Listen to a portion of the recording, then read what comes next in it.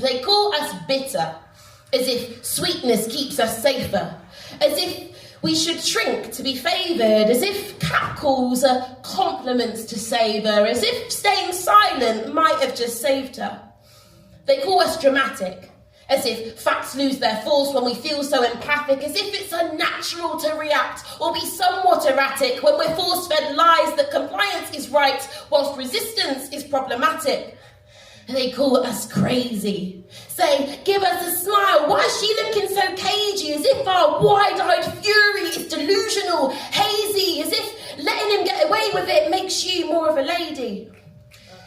They call us hysterical, as if letting him off was an error of the clerical, as if we shouldn't question the ones left standing on their pedestals, as if we haven't already saved our lives countless times by staying alert and sceptical. They call us mad, as if rage at injustice is misjudged and unsightly, as if we should just let the boys chase us. Don't run too fast, girls, please play nicely, because they won't do you no harm if you do what they say, and don't forget to smile politely. They call us angry, as if we shouldn't be fucking furious. Feel this womanly wrath, strapped in for the turbulence. We'll whip up a storm while too many seem impervious to the fact that there are rapists, abusers, paedophiles and pervs in the seats around the table, reaching every peripheral from their positions of power, taking advantage wherever and whenever they are able. So let's just get back in the kitchen.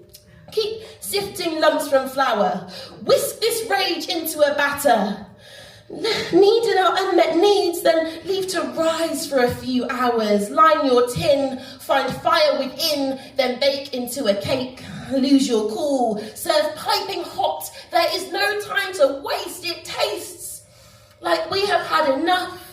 Done with biting our tongues and waiting with bated breath. We are tired from walking, jogging, running home in the dark, reciting prayerful whispers to ourselves to try and calm our racing hearts, keys clutched in hands like talismans, talons protrude between fingers, eyesight lingers on suspicious streetlight shadows, holding a state of hypervigilance so we don't have to hold another vigil for a sister slain by a wolf in pig's clothing, or for those who were kidnapped or captured and killed by men who didn't come in costumes because they don't need a disguise. These men hide in broad daylight and they'll say it's her fault for being outside at night alone. We click our heels, but some never know safety. There is no place like home for those who live in houses hollowed out by fists and fear. The quiet bruises of the everyday violence against women and girls glorified by pathetic excuses for men like Andrew Tate.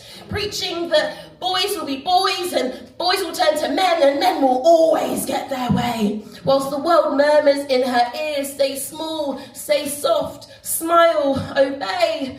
Do not mistake any silence for safety.